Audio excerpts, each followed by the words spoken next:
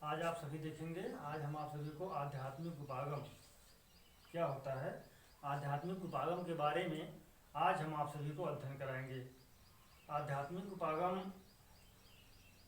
में व्यक्ति के व्यक्तित्व की पहचान करना या उसका निर्माण करना या उसका विकास में आध्यात्मिक उपागम की बहुत अहम भूमिका होती है। आध्यात्मिक उपागम देखेंगे, आध्यात्मिक जो होता है वो आध्यात्म से जुड़ा हुआ है। हम जब अध्यात्म के बारे में पूर्ण रूप से अध्ययन कर लेंगे या पूर्ण रूप से हम ज्ञान को प्राप्त कर लेंगे तब हमारा व्यक्तित्व तो अच्छा होगा, क्योंकि आध्यात्मिक ज्ञान का होना बहुत ही आवश्यक है। और हमें आध्यात्मिक ज्ञान को प्राप्त करने के लिए हमें स्वमूल्यांकन बहुत ही आवश्यक होता है। हम आध्यात्मिक मूल्यांकन तब कर सकते हैं या हमें आध्यात्म ज्ञान तब प्राप्त हो सकता है जब हमें स्वमूल्यांकन अच्छी तरह से प्राप्त होगा। जब तक हम स्वमूल्यांकन नहीं कर सकते हैं, जब तक हम आध्यात्म ज्ञान को प्राप्त नहीं कर सकते हैं या आध्यात्म को नहीं पहचान सकते हैं, तब तक हमारा व्यक्तित्व अच्छा नहीं हो सकता है। आप देखेंगे, आदर्शवाद आध्यात्मिकता को प्राथमिकता देता है और आदर्शवाद यह कहता है कि भौतिकवादी युग को वह प्राथमिकता नहीं देता है, बल्कि आदर्शवाद आध्यात्मिक युग को प्राथमिकता देता है। क्यों देता है? क्योंकि हमें जो चीजें प्रत्यक्ष रूप में दिखती हैं वो हमारे प्रकृतिवाद में हो जाती हैं, लेकिन आध्यात्म जो आदर्शवाद आध्यात्मिकता को प्राथमिकता देता है, हमें उसके बारे में पूर्ण ज्ञान को प्राप्त करना या पूर्ण रूप से उसे जानना, उसके बारे में अधिक से अधिक जानकारियों को प्राप्त करना, वह हमारी आध्यात्मिकता कहलाती है। आध्यात्मिकता जैसे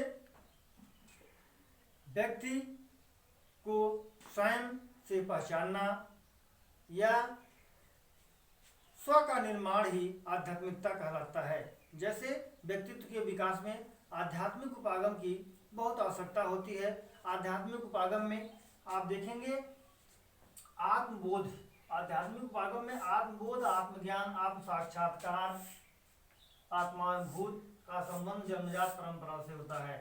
आप देखेंगे इन सभी चीजों का जो संबंध होता है आध्यात्मिक उपागम में, वह जन्म जन्मांतर या जन्म से लेकर के या मृत्यु तक यह होता है और यह चलता रहता है। जैसे आप देखेंगे आत्मबोध, हम आध्यात्मिक उपागम में हमें आत्मबोध की बहुत बड़ी आवश्यकता होती है। जब तक हमें आत्मबोध नहीं होगा, आत्मज्ञान नहीं होगा, आत्मचिंतन नहीं होगा, आत्मिक तर्क नहीं होगा, तब तक हमें आध्यात्मिक ज्ञान प्राप्त नहीं हो सकता है। इसलिए हमें आध्यात्मिक ज्ञान को प्राप्त करने के लिए हमें स्वमूल्यांकन या आत्मचिंतन या स्वयं के बारे में पढ़ना बहुत ही आवश्यक होता है।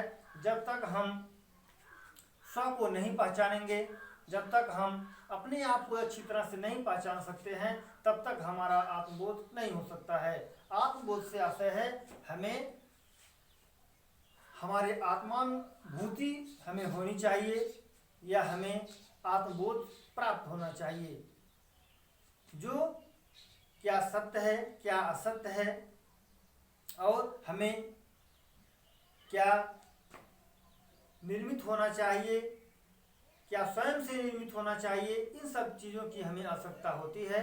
और हमें इन सब चीज़ों के लिए, इन सब की ज्ञान के लिए हमें आत्मबोध की आवश्यकता होती है।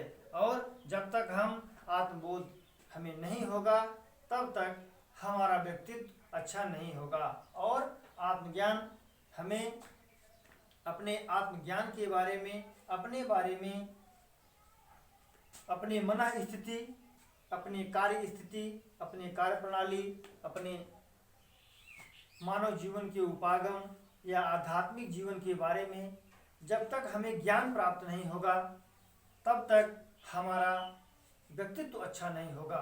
इसलिए हमें आत्मज्ञान की बहुत बड़ी आवश्यकता होती है और एक व्यक्ति के व्यक्तित्व को अच्छी तरीके से व्यक्त करने के लिए हमें आत्मज्ञान की आवश्यकता होती है।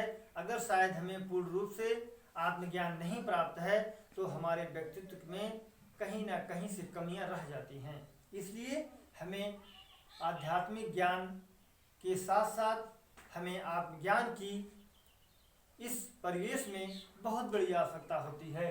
और आत्म साक्षात्कार हम जिन चीज़ों को सोचते हैं, जिस पर विचार करते हैं, जिस पर मंथन करते हैं, जिस पर कार्य करने के लिए प्रेरित करते हैं या स्वयं से कार्य करते हैं, हमें उस पर पूर्ण रूप से विश्वास करने के लिए या विश्वास दिलाने के लिए हमें आत्म साक्षात्कार की आवश्यकता होती है। जब हम अपने चक्षुओं द्वारा स्वयं से उसे देखते हैं और स्वयं से विकास होता है, उस विकास के आधार पर हमें पूर्ण रूप से विश्वास होता है कि यह जो हमारे द्वारा कार्य किया जा रहा है यह कार्य पूर्ण रूप से सत्य है। जब तक हमें पूर्ण रूप से विश्वास नहीं होगा, पूर्ण रूप से हम कार्य नहीं करेंगे और हमें उसे साक्षात्कार की अनुभूति नहीं होगी, तब तक हमारा कार्य व्यवहार या हमारा विकास अच्छी तरह से नहीं हो सकता है। और जब तक हमारा विकास अच्छी तरह से नहीं हो सकता है तब तक हमारे व्यक्तित्व का विकास अच्छी तरह से नहीं हो पाएगा। इसलिए हमें आत्मज्ञान के साथ साथ आत्मबोध की बहुत बड़ी आवश्यकता होती है और आत्मचिंतन, आत्मज्ञान, आत्मबोध, आत्मशक्ति, ज्ञानेंद्रियां इत्यादि की आवश्यकता हमें आध्यात्मिक ज्ञान के लिए होती है। और इन सब चीज़ों की आवश्यकता जो हमें होती है, यदि हम इसे पूर्ण रूप से प्राप्त करते हैं तो हमें आध्यात्मिक ज्ञान प्राप्त हो जाता है। और जब हमें आध्यात्मिक ज्ञान प्राप्त होगा तो हमारा व्यक्तित्व या व्यक्ति या बालक का व्यक्तित्व पूर्ण रूप से अच्छा हो सकता है। और आत्मानुभूत से आशय है जो हमारे द्वारा कार्य किया जा रहा है, जो हम इस परिवेश में कार्य कर रहे हैं, हम उसका अनुभव करते हैं, उसका हम एनालिसिस करते हैं और उस विषय वस्तु पर हम विचार करते हैं। जो यह विचार करते हैं, जो हम उस पर समझते हैं, सोचते हैं, हम उसका अनुभव करते हैं। यह जो अनुभव करते हैं यह आध्यात्मिक ज्ञान और मनुष्य में यह जन्मजात परंपरा से चली आ रही है। यह कोई नया ज्ञान नहीं है, यह कोई नई विषय वस्तु नहीं है कि जो हम इसका अनुभव कर रहे हैं। यह आत्मबोध, आत्मचिंतन, आत्मज्ञान, आत्मानुभूत, इसका संबंध, इन सभी चीज़ों का संबंध जन्मजात परंपरा से चली आ रही है। इसलिए हमें इसके ज्ञान के लिए बहुत बड़ी आवश्यकता होती है। जब हम इन सारी चीज़ों का, इन 4-5 चीज़ों का जब तक हमें पूर्ण रूप से ज्ञान नहीं होगा तब तक शायद हम में कहीं ना कहीं से कमी रह जाती है। इसलिए जब हमें इसका पूर्ण रूप से ज्ञान हो जाता है या पूर्ण रूप से हम इसका अनुभव कर लेते हैं, इसका हमें आत्मानुभूति हो जाती है, तब हमारा व्यक्तित्व पूर्ण रूप से अच्छा होता है। आप देखेंगे कि व्यक्तित्व के विकास के लिए इस आध्यात्मिक उपागम के अंतर्गत हर मनोवैज्ञानिकों ने अपने अपने मत या अपने अपने विचार को प्रस्तुत किए हैं कि बालक का व्यक्तित्व के विकास में किन चीज़ों की आवश्यकता होती है या उन्हें शारीरिक, मानसिक,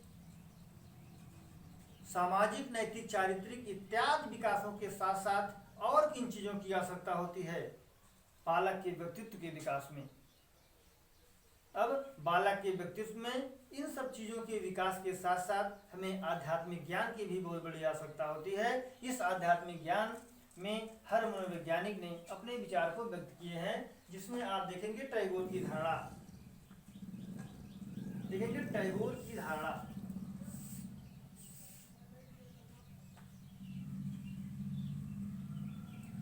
टैगोर महोदय यह कहते हैं कि मनुष्य अपने इस छोटे शरीर में वे अपने आत्मा की खोज करता है या आत्मानुभूति जो करते हैं, आत्म चिंतन करते हैं, वे अपने आत्मा के बारे में स्वयं से पढ़ते हैं और उसके बारे में वे स्वयं से कार्य करते हैं। जब तक व्यक्ति अपने आप को स्वयं को नहीं पहचानेगा तब तक उसका व्यक्तित्व अच्छा नहीं होगा। आज का वीडियो यहीं तक, धन्यवाद। अब आपको अगले दिन पढ़ेंगे।